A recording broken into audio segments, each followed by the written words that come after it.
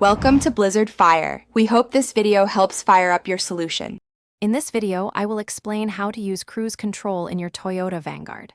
Cruise control is a fantastic feature designed to maintain a consistent speed without you needing to keep your foot on the accelerator pedal.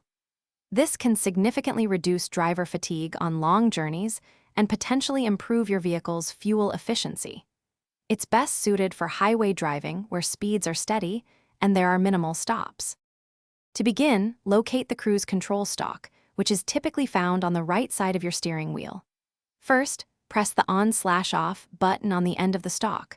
A small indicator light will illuminate on your dashboard. Next, accelerate your Toyota Vanguard to your desired cruising speed, usually above 40 kilometers per hour. Once at your chosen speed, simply push the stalk downwards to the set position to engage the system.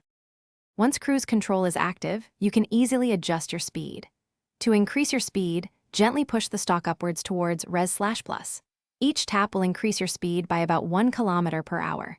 To decrease your speed, push the stalk downwards towards set/. If you need to temporarily cancel cruise control, simply tap the brake pedal or pull the stalk towards you. To resume your last set speed, push the stalk upwards to res/plus. To completely turn off the cruise control system, simply press the on/off button on the stalk once more. The indicator light on your dashboard will then extinguish.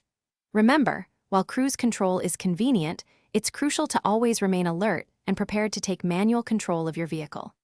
Avoid using it in heavy traffic, on winding roads, or during challenging weather conditions like rain or snow.